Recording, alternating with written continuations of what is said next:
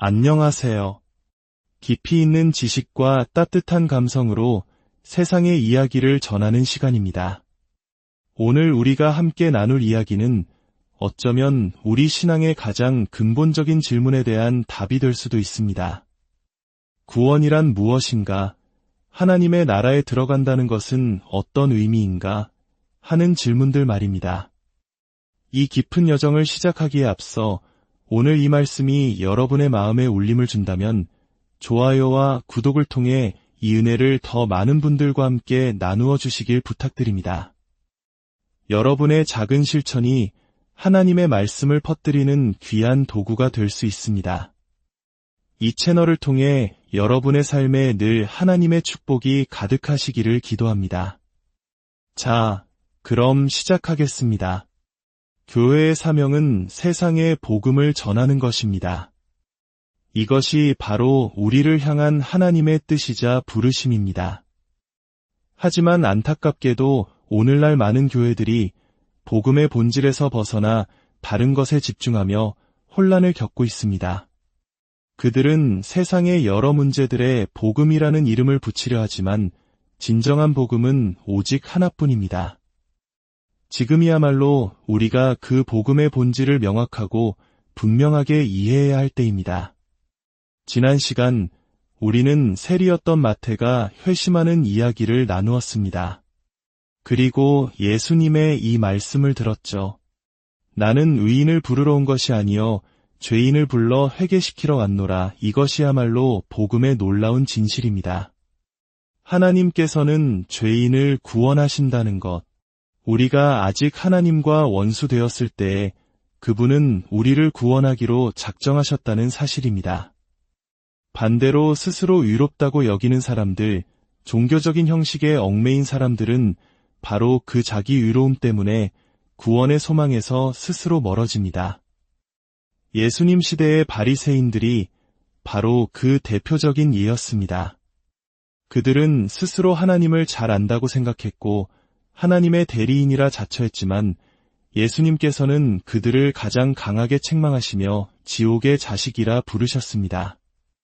사탄의 가장 교묘한 전략은 바로 종교 안에 숨어드는 것입니다. 순수한 복음에서 조금이라도 벗어난 거짓 종교는 사람들을 파멸로 이끄는 치명적인 거짓말입니다. 하지만 그것은 마치 하나님을 아는 것 같은 착각을 불러일으키죠.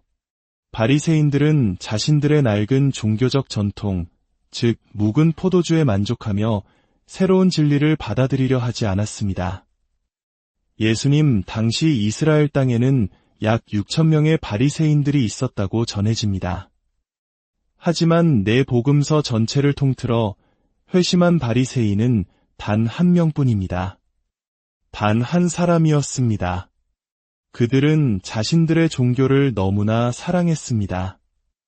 예수님께서는 종교적인 위선이 아니라 자신의 죄를 직면할 수밖에 없었던 비종교적인 사람들에게 다가가셨습니다. 복음은 언제나 거짓된 종교에 기대지 않고 오직 자신의 죄인됨을 아는 자들에게 향합니다. 오늘 우리는 바로 그 유일한 바리새인의 이야기를 나누고자 합니다. 그의 이름은 니고데모입니다. 요한복음 3장을 함께 펼쳐보겠습니다. 요한복음 3장 1절입니다. 그런데 바리새인 중에 니고데모라 하는 사람이 있으니 유대인의 지도자라. 니고데모. 백성의 승리라는 좋은 뜻을 가진 이름입니다. 그는 당대 최고의 종교 엘리트였습니다. 바리새인이자 유대인의 최고 의결기구인 사내들인 공회의 회원이었습니다. 학식, 부, 명예, 종교적 지위까지 모든 것을 갖춘 사람이었죠. 2절을 보면 그가 밤에 예수님을 찾아옵니다. 그리고 이렇게 말합니다. 랍비여, 우리가 당신은 하나님께로부터 오신 선생인 줄 아나이다. 하나님이 함께 하시지 아니하시면 당신이 행하시는 이 표적을 아무도 할 수 없음이니이다. 니고데모는 예수님께서 행하신 기적들을 보고 그분이 평범한 사람이 아니며 하나님께서 보내신 위대한 선생이라고 믿었습니다. 하지만 그의 믿음은 거기까지였습니다. 구원에 이르는 믿음은 아니었죠. 바로 그때 예수님께서 그의 마음속 깊은 질문을 꿰뚫어 보시고 대답하십니다. 3절입니다. 예수께서 대답하여 이르시되 진실로 진실로 내게 이르노니 사람이 거듭나지 아니하면 하나님의 나라를 볼 수 없느니라. 거듭난다. 오늘 이야기의 핵심입니다.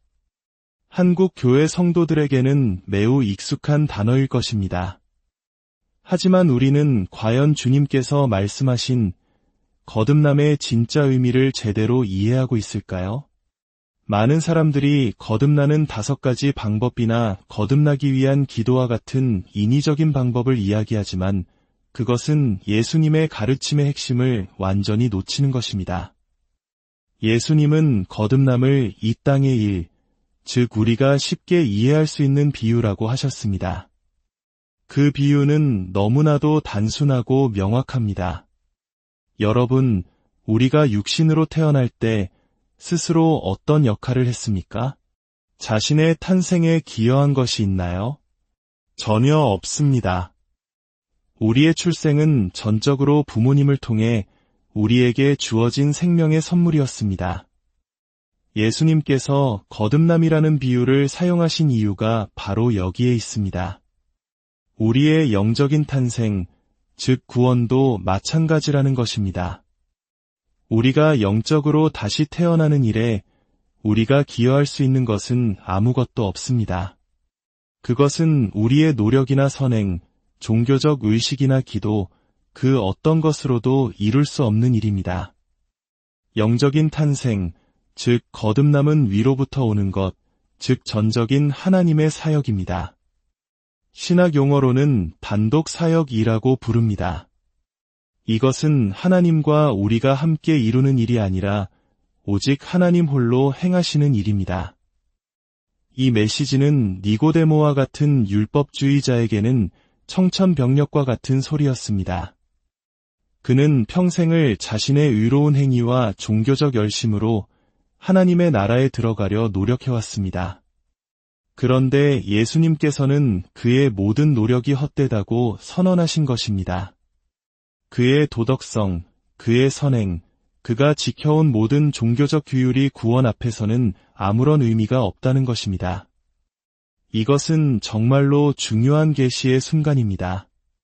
구원은 착한 사람, 노력하는 사람, 도덕적인 사람, 종교적인 사람을 위한 것이 아닙니다.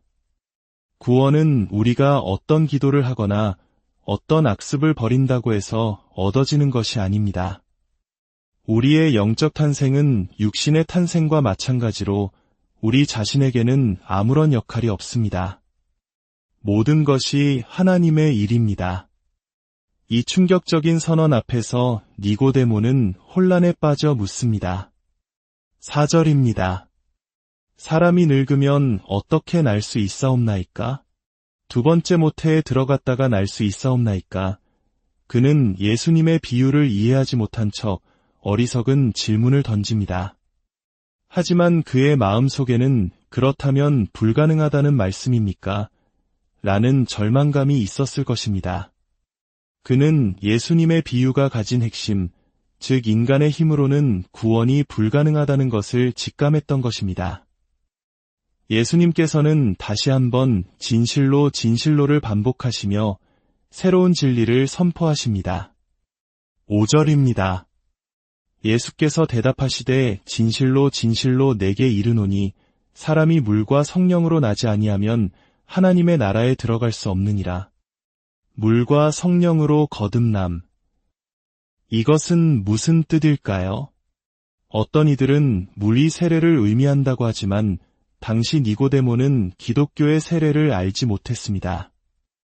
예수님께서는 이스라엘의 선생인 니고데모가 마땅히 알고 있어야 할 구약 성경의 예언을 통해 말씀하고 계셨습니다. 에스겔 36장에는 하나님께서 새 언약의 백성에게 하시는 약속이 기록되어 있습니다.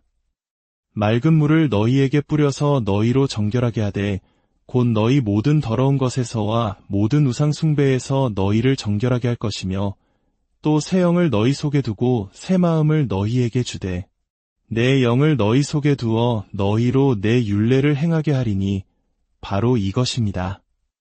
물은 우리의 모든 죄와 더러움을 씻어주시는 하나님의 정결케 하심을 상징합니다.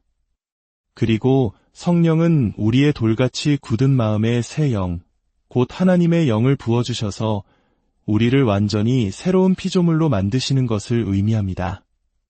구원은 이처럼 죄 씻음과 새로운 생명의 창조라는 두 가지 측면을 가진 전적인 하나님의 선물입니다. 예수님은 이어서 말씀하십니다. 육으로 난 것은 육이요 영으로 난 것은 영이니 바람이 임의로 불매 내가 그 소리는 들어도 어디서 와서 어디로 가는지 알지 못하나니 성령으로 난 사람도 다 그러하니라. 육신은 육신을 낳을 뿐 영적인 생명을 줄 수 없습니다. 썩어질 육신에서 비롯된 그 어떤 노력도 우리를 하나님께로 이끌 수 없습니다. 오직 성령께서 주시는 새 생명만이 우리를 영적인 존재로 다시 태어나게 합니다. 그리고 그 성령의 역사는 마치 바람과 같다고 하셨습니다.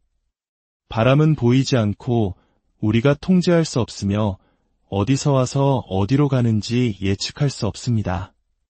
하지만 우리는 바람이 부는 것을 느끼고 그 소리를 들을 수 있습니다. 성령의 역사도 마찬가지입니다. 우리가 그 원리를 다 이해할 수는 없지만 성령께서 한 사람의 삶에 임하실 때 그 사람의 삶에 나타나는 변화를 통해 그 역사를 분명히 볼 수 있습니다.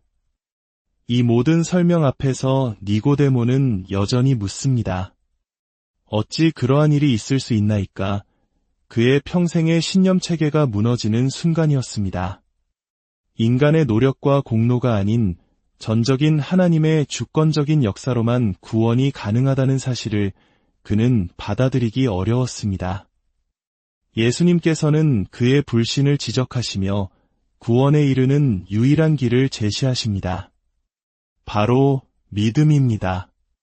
예수님은 모세가 광야에서 너뱀을 든 것 같이 인자도 들려야 한다고 말씀하셨습니다. 불뱀에 물려 죽어가던 이스라엘 백성들이 장대 위에 너뱀을 쳐다보기만 하면 살았던 것처럼 죄로 인해 죽을 수밖에 없는 모든 인간이 십자가에 달리신 예수 그리스도를 믿음으로 바라보면 영원한 생명을 얻는다는 것입니다. 그리고 마침내 성경에서 가장 유명하고 위대한 구절이 선포됩니다. 요한복음 3장 16절입니다. 하나님이 세상을 이처럼 사랑하사 독생자를 주셨으니 이는 그를 믿는 자마다 멸망하지 않고 영생을 얻게 하려 하심이라. 이것이 복음의 핵심입니다. 우리의 행위나 자격 때문이 아니라 오직 세상을 향한 하나님의 놀라운 사랑 때문에 그의 아들 예수 그리스도를 믿는 모든 자에게 구원이라는 선물을 주신다는 약속입니다. 모든 율법, 모든 종교적 행위, 모든 인간적인 노력을 내려놓고 오직 십자가에 달리신 예수 그리스도를 바라보는 믿음, 그것이 우리를 하나님의 나라로 인도하는 유일한 길입니다. 그날 밤 니고데모의 이야기는 여기서 끝나는 것처럼 보입니다. 그는 어떤 대답도 하지 못하고 돌아갔습니다. 그의 마음속에는 어떤 변화가 일어났을까요? 시간이 흘러 요한복음 7장에서 우리는 다시 니고데모를 만납니다. 대제사장들과 바리새인들이 예수를 죽이려고 음모를 꾸밀 때 니고데모는 그들 사이에서 조심스럽게 목소리를 냅니다. 우리 율법은 사람의 말을 듣고 그 행한 것을 알기 전에 심판하느냐? 그는 아직 예수님을 공개적으로 따르지는 못했지만 불의에 맞서 예수님을 변호하기 시작했습니다. 어둠 속에서 두려워하던 구도자가 이제 희미한 빛 가운데로 한 걸음 내디딘 것입니다. 그리고 그의 이야기의 마지막은 요한복음 19장에 나옵니다. 예수님께서 십자가에서 돌아가셨을 때 모두가 두려워 흩어졌을 때 두 사람이 나타나 예수님의 시신을 수습합니다. 한 명은 아리마대 사람 요셉이었고 다른 한 명은 바로 니고데모였습니다. 그는 왕의 장례에나 쓸 법한 어마어마한 양의 모략과 침향 섞은 것을 가지고 왔습니다. 더 이상 밤에 숨어서 찾아오던 비겁한 사람이 아니었습니다. 그는 자신의 모든 지위와 명예를 잃을 위험을 무릅쓰고 십자가에 달린 예수님을 향한 자신의 사랑과 믿음을 온 세상에 공개적으로 드러냈습니다. 어느 순간 그 밤의 대화와 십자가의 진실 사이에서 하늘이 그의 마음에 임했습니다. 성령의 바람이 그의 영혼에 불어왔고 그는 위로부터 다시 태어난 것입니다. 전승에 따르면 니고데모는 이후 베드로와 요한에게 세례를 받았고 예수님을 믿는다는 이유로 모든 것을 빼앗기고 예루살렘에서 쫓겨났으며 결국 순교했다고 합니다. 그의 삶은 우리에게 무엇을 말해줍니까? 구원은 우리의 노력으로 쌓아 올리는 탑이 아니라 하늘로부터 내려오는 선물이라는 것을 보여줍니다. 우리의 모든 지식, 부, 명예, 종교적 열심도 우리를 구원할 수 없습니다. 오직 우리를 위해 십자가에서 죽으시고 부활하신 예수 그리스도를 믿는 믿음만이 우리에게 새 생명을 줍니다. 오늘 이야기를 듣는 여러분 중에도 니고데모처럼 마음속에 풀리지 않는 질문과 영적인 갈급함을 가진 분이 계실지 모릅니다. 세상의 모든 것을 가졌지만 여전히 공허하고 누구보다 열심히 신앙생활을 하지만 구원의 확신이 없는 분이 계실지도 모릅니다. 그렇다면 오늘 니고데모에게 임했던 하나님의 은혜를 구하십시오. 우리의 힘으로는 아무것도 할 수 없음을 고백하며 하늘의 문을 두드리십시오. 하나님, 죄인인 저를 불쌍히 여겨주소서. 저에게 믿음을 주시고 새 생명을 허락하여 주옵소서. 그렇게 간절히 부르짖을 때 우리를 찾아오시는 주님께서는 결코 외면하지 않으실 것입니다. 아버지 하나님, 오늘 니고데모의 이야기를 통해 구원의 신비와 거듭남의 은혜를 가르쳐 주시니 감사합니다. 우리의 어떠함이 아니라 오직 하나님의 전적인 사랑과 능력으로 우리가 구원받음을 다시 한번 깨닫습니다. 이 시간 말씀을 듣는 모든 심령 가운데 성령의 바람이 불게 하옵소서. 굳은 마음을 제하시고 부드러운 새 마음을 주시며 죄를 씻어 정결케 하시고 하나님의 자녀로 다시 태어나는 놀라운 기적을 경험하게 하여 주옵소서. 모든 영광을 주님께 올려드리며 우리 주 예수 그리스도의 이름으로 기도합니다. 아멘. 오늘 이야기가 여러분의 신앙 여정에 깊은 울림과 위로가 되었기를 바랍니다. 하나님의 은혜와 평강이 여러분과 늘 함께 하시기를